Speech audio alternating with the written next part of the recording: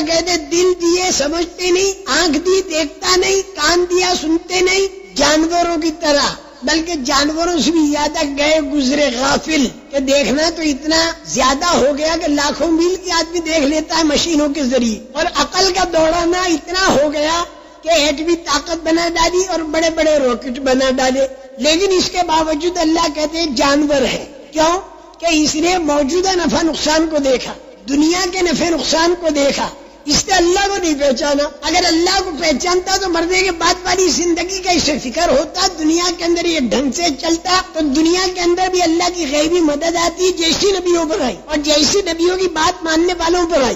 باوجود ہے کہ ساری فضا مخالف تھی، لیکن مخالف فضا میں اللہ پاک حق کی تربیت فرماتے، اور حق کی تربیت جب مخالف فضا میں ہو جاتی ہے اور حق وجود میں آ جاتا ہے تو پھر اللہ کی غیبی مدد آتی ہے، اور باطل جو ہے اللہ اس کی رسی کو ذرا ڈھیلی چھوڑ دیتے ہیں، باطل کی رسی کو اللہ ڈھیلی چھوڑ دیتے ہیں تاکہ خوب پھدکے، لیکن آخر میں اللہ پاک ایک جھٹکا لگا دیتے ہیں اور ان کے سارے دعوے ختم ہو جاتے ہیں۔ تو اللہ پاک یہ فرماتے ہیں باوجود ہے کہ اتنا دیکھا، اتنا سنا، اتنا سمجھا، لیکن اللہ اسے جانور کہتے ہیں۔ اصل انسان وہ ہے کہ جو گہری نگاہ سے دیکھ کر اللہ کو پہچانے، اللہ کے غیبی نظام کو سمجھے۔ رسول کریم صلی اللہ علیہ وسلم جو خبریں دیتے ہیں یہ خبریں بالکل پکی خبریں ہیں، چاہے دکھائی دیوے نہ دیوے۔ اس ایمان اور یقین کے ساتھ جو دنیا کے اندر آدمی زندگی بسر کرے گا کہ ہر مقام پر وہ یہ دیکھے گا کہ اس میں اللہ کی کیا خبر ہے اور رسول کریم صلی اللہ علیہ وسلم کی کیا خبر ہے، اس کو سامنے رکھ کر پھر آدمی چلے، صرف دنیا کو سامنے رکھ کر قدم کو نہ بڑھا دے۔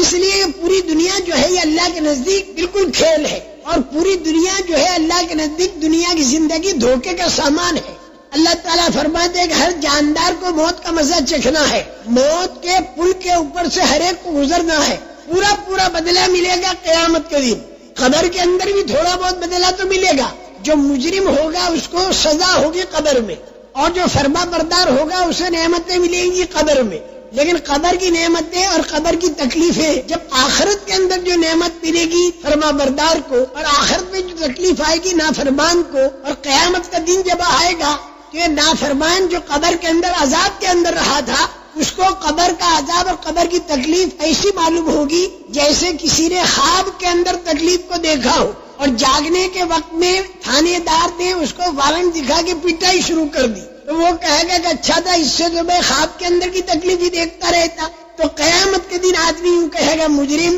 ارے کون ہے جس نے ہم کو سونے کی جگہ سے جگا دیا اور اٹھا دیا؟ حالانکہ قبر کے اندر کیا سونے کی جگہ تھی، وہاں پر تو 70 اژدہے لگے تھے، اور ایک ایک اژدہا اتنا زہریلا تھا کہ زمین پر پھنکار مار دے تو 40 سال تک گھاس دانے کا اگنا بند ہو جائے، اور فرشتوں کی پٹائیاں تھی، اور آگ جلا رہی تھی، زمین دبا رہی تھی، اور یہ چیخ رہا تھا۔ لیکن قیامت کے دن کی تکلیف جو ہوگی وہ اس سے بھی زیادہ اتنی ہوگی کہ قبر کی تکلیف کو وہ یوں سمجھے گا جیسے خواب کی تکلیف۔ یہ وہ چیز ہے جس کا رحمان نے وعدہ کیا تھا۔ آپ کو تعجب ہے، رحمان اور پھر اتنا بڑا عذاب قیامت کے دن، اتنی بڑی سزا جو آنے والی تھی، رحمان کا یہ رحم تھا کہ دنیا کے اندر تیرے کو خبر دے دی تاکہ تو اس کی تیاری کر اس سے بچنے کی۔ یہ اس رحمان کی رحمت ہے کہ دنیا کے اندر تیرے کو خبر دے دی۔ سب سے پہلی بنیادی چیز جو ہے وہ اللہ رسول کے وعدوں کے اوپر یقین کا کرنا، ایمان کی طاقت کا حاصل کرنا،